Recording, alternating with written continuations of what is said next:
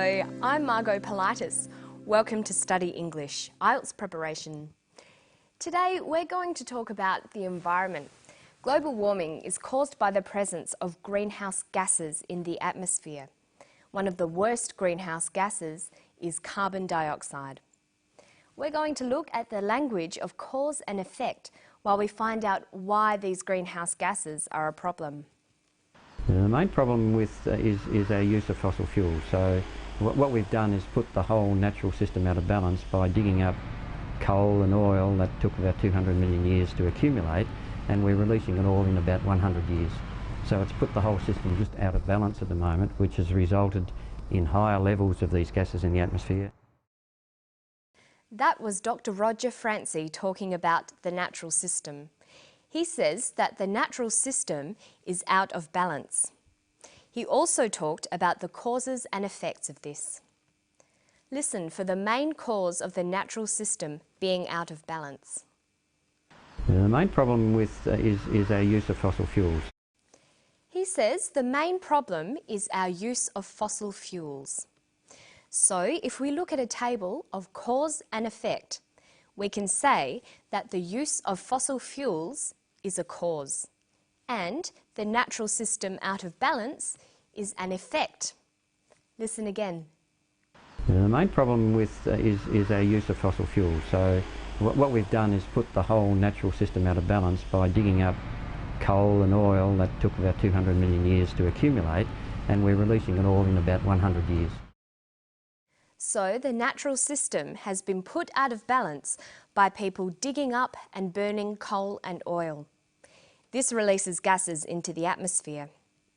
Coal and oil are fossil fuels. So if we go back to the table of cause and effect, we can say that digging up and burning coal and oil is another cause. See if you can hear another effect.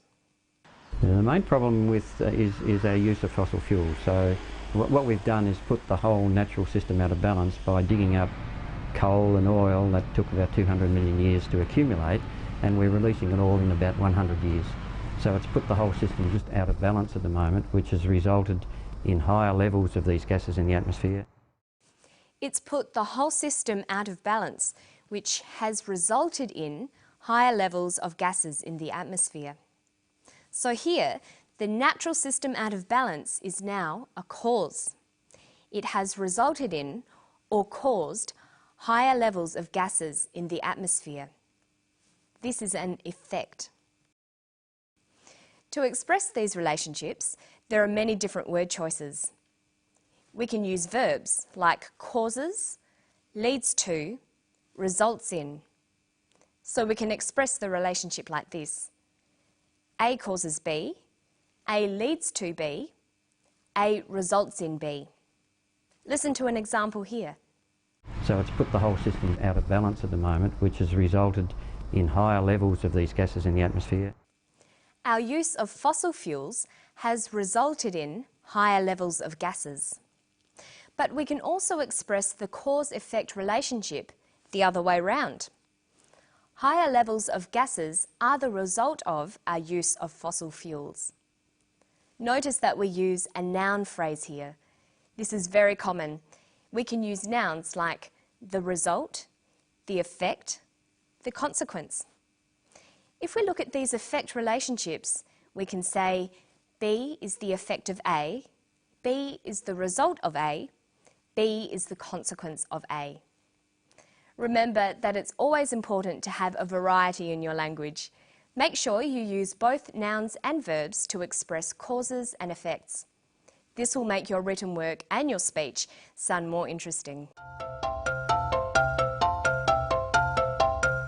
Okay, so Dr. Francie and his team have designed a new way of measuring one of the worst greenhouse gases in the Earth's atmosphere, carbon dioxide. Listen for what they're trying to find out. We need to understand what happens in the tropics. That's where the biggest forests are, and that's where some of the biggest changes are occurring.